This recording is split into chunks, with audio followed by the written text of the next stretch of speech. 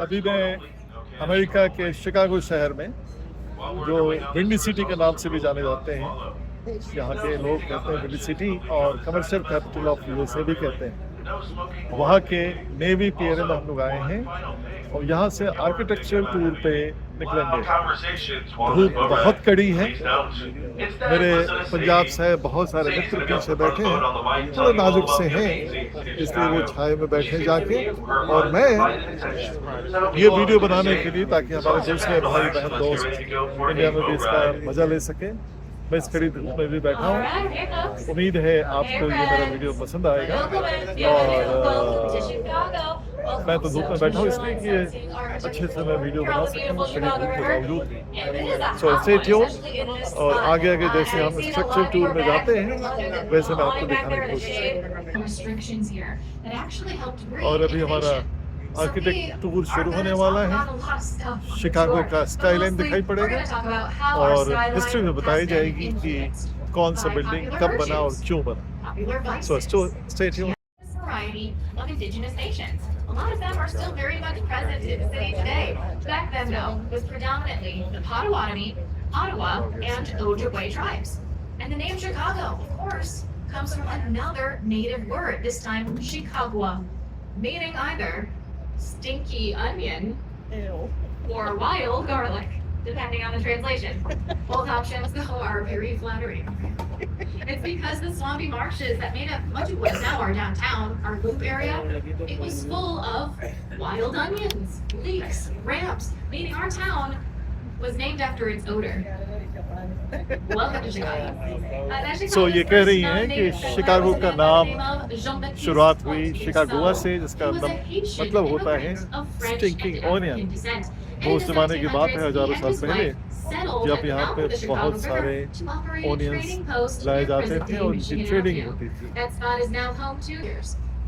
और एक बार देखिए हमारे साथ के जो लोग इस मोटर लॉन्च पे साथ में सफर कर रहे हैं, ये हमारे पंजाब से साथी हैं, मनीष, कमल, प्रीत और बहुत सारे बड़े बड़े मेहमान आए हैं, और ये सब हमारे साथ जा रहे हैं नेवी पियर के आर्किटेक्चरल टूर पे। That we give you a pretty steep discount on our other boat rides since you've already purchased the ticket for our architecture tour. If you want to take a lake tour after this 45-minute tour, you can take a shoreline lake tour for $6. That is straight up the cheapest thing to do here in Chicago, so I wanted to make sure you guys knew you had that available to you. Now we are about to pass underneath Jean-Baptiste Point-de-Sable Lakeshore Drive, and as we do that, it is really like a curtain rising on the city. I encourage you to get your camera out, maybe take a video on your phone. Pretty cool experience emerging onto the Chicago River. Towers that sort of undulate back and forth, and I want you guys to clock, if you can, without getting blinded, the empty floors, that gap up on the tallest tower. We are going to talk about that in a minute, but you can see it way better from back here. So this entire groovy structure, this is the stunning St. Regis. The St. Regis was completed in 2020. It is the third tallest building in our skyline. It is also the tallest building in the world completed by a woman-led architecture firm. Yeah, exactly. That's Jeannie Gang and her firm, Studio Gang. Now, we do love Jeannie Gang here in Chicago because she is from the Chicagoland area. She is also a certified genius. We like her. She's cool. And the St. Regis cuts a very cool shape in the sky. But this thing is not actually curved at all. Instead, each of these floors increase or decrease by 5 inches on every side. So it doesn't actually move in and out all that much. And visually, this thing is kind of an optical illusion. The colors of the glass get darker as the floors get more narrow and lighter as the floors get wider, giving this shape even more dimension. Now you may be wondering how such a tall, thin structure keeps from getting blown over in the wind. Well, I'll let you guys in on a secret. All skyscrapers sway in the wind. They have to, or they'd snap in half. But they should only sway a little bit. We call that drift. We have a lot of strategies we use to offset drift. This building has those empty floors. Those are what's called blow-through floors. And they do exactly what you think they do. They let the wind blow through the building instead of push against it. So less force means less movement, less drift. Makes it way more comfy for those billionaires up at the very top. But this next building we're going to talk about is best viewed between two other buildings. Between this black triangular tower and this brown box, you can see the iconic white waving balconies of Aqua Tower. Aqua Tower was completed in 2009, designed again by our rock star, Jeannie Gang. This is her first addition to the Chicago skyline. It is my personal favorite of hers because I think it looks like it has tiger stripes.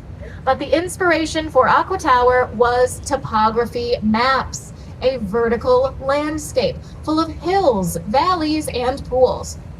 And each of these balconies are geometrically unique. They also serve a secondary function. Besides just being a balcony, the shape of them helps to offset the strong winds. So it's more comfortable to sit out on that balcony in the first place. It's like Jeannie Gang is a genius or something. We like her. Now we're gonna start looking in front of us, and slightly to the right, to this white, classic looking building with the clock tower. This is of course the famous Wrigley Building. The Wrigley Building is so named for its original occupants, the Wrigley Candy Company. You might recognize that name from Wrigley Chewing Gum or Wrigley Field, home of the Chicago Cubs. This building was completed in two parts, the first part in 1921 and the second in 1924. Those two parts are connected up in the middle by a weird little footbridge. And you're probably thinking, it looks weird, so it's gotta be a thrilling tale, right? And sure, if you find bank branch laws to be thrilling material, we passed a law requiring all employees of a single bank branch to operate out of a single building. But we had people on both sides of the Wrigley Building, so instead of just, moving desks, they put in that footbridge to make one building out of two. Creative accounting, right? Now, this building is also covered in glazed terracotta tiles. These tiles are not only flame retardant, but they're able to be cleaned. That was pretty important at the time because air pollution would often turn these white buildings black with soot. So once a year, even today once a year, each of those 250,000 very delicate terracotta tiles are hand washed. Because you gotta hand wash your delicates. And yeah, that's about the caliber of joke you can expect for the next hour. I think it's very important to let you guys know what you're in for, right? Now we are passing underneath this low-hanging double-decker bridge, the Michigan Avenue DuSable Bridge. On the other side of this bridge is the second tall. This is a really good example of a very popular design style called contextualism. Contextualism seeks to flatter its context. So as an example, we see 3 distinct patio setbacks where it gets smaller. Each one of these setbacks is at a very specific height. This first one is the same height as its neighbor, the Wrigley Building. The second setback in the middle, that one is the same height as Mather Tower. It is the white rocket ship shaped thing, the tallest of these 4 buildings, all squished together immediately across the river.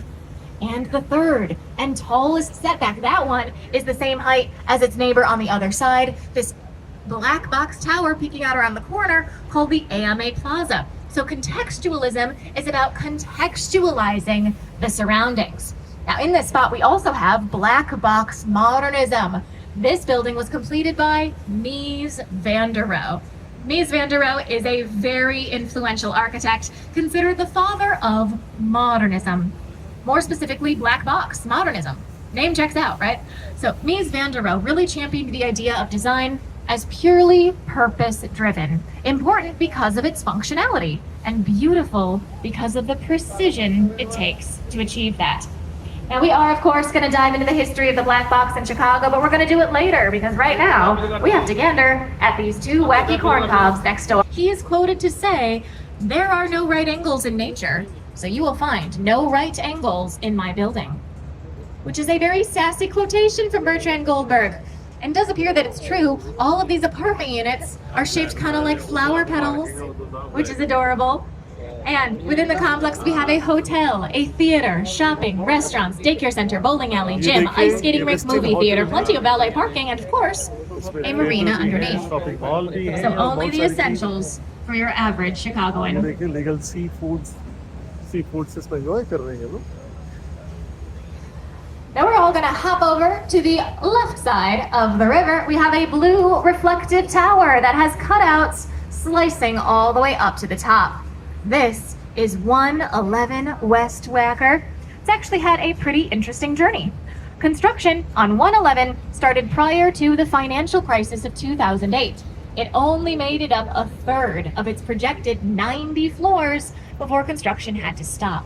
But then, in 2012, new developers took over this halted project and they decided, yeah, we're going to keep the original stopping point, and they kept it in the form of that first cutout on the front of the building with those 5 columns. So it's designed with the intention of turning our previously kind of gnarly, nasty waterfront into active public space. And it did that. Look at all that public over there. Now, this thing was thought up all the way back in 1909. It was part of something like we talked earlier. It's part to the right. We are approaching an absolutely massive limestone structure. This behemoth over here, this is the Merchandise Mart. The Merch Mart, as it's known, was completed in 1930 to be the wholesale warehouse and trade showroom for the Marshall Field department store. May it rest in peace. With 4.2 million square feet of floor space, this was the largest building on the planet at the time of its construction. At different points throughout history, this thing had its own zip code and its own fire station. It is also a pretty fantastic example of the Art Deco design style. Now, Art Deco, in a nutshell, is really about vertical racing stripes. It leads the eye up and creates a vertical movement. And this is a design style from the 1920s. That is a time of movement, of growth, of luxury that is all reflected here in the Mart. This building also features super weird green Pez dispenser looking things facing the building in front. They do not dispense candy, which is kind of a bummer. These are tributes to the merchant princes, men like Marshall Field, Montgomery Ward, Woolworth. Now they are bird perches. Birds sit up there, birds do other stuff up there. They get greener and greener. All right, folks, we are now heading into my personal favorite area of the Chicago River. So I would like to welcome you all. Welcome to Wolf Point. Wolf Point is where the 3 branches of the Chicago River converge. We are on the main branch right now, the stem. The north branch is around the corner to the right. South branch is over here on the left. They meet right here to create a Y shape. And with the revitalization of the Chicago River, this area has seen an architectural boom. A lot of these, shiny contemporary towers around us right now are pretty recent, including this one right in front of us. Curve at the bottom, curve at the top. Looks kind of like a hot pocket. This is River Point. It is from 2017. And actually, this goofy shape is purposeful. It is site-specific because if you look underneath the building, you'll see circular exhaust vents for the trains that run underground right there. Speaking of trains, check out the Pink Line over the Lake Street Bridge on our left. Quintessential Chicago moment right there. Local train, जिसको metro के नाम से जानते हैं. So their solution for the trains underneath this building, you cannot install structural supports for a skyscraper through active rail lines. So they had to be creative, and they came up with this parabolic arch at the base of the building. This thing actually helps to redistribute the load of the building into supports on either side, so the train is still active underneath. Only remaining mystery is whether or not this Hot Pocket is full of ham and cheese or pepperoni pizza. Which is a terrible joke. I do not blame you for not laughing. It's okay. I get it. That's a really bad one. But in my defense, this is the current home of the Morton Salt Company. So if it were a Hot Pocket, the sodium levels would be realistic. Thank you very much for watching.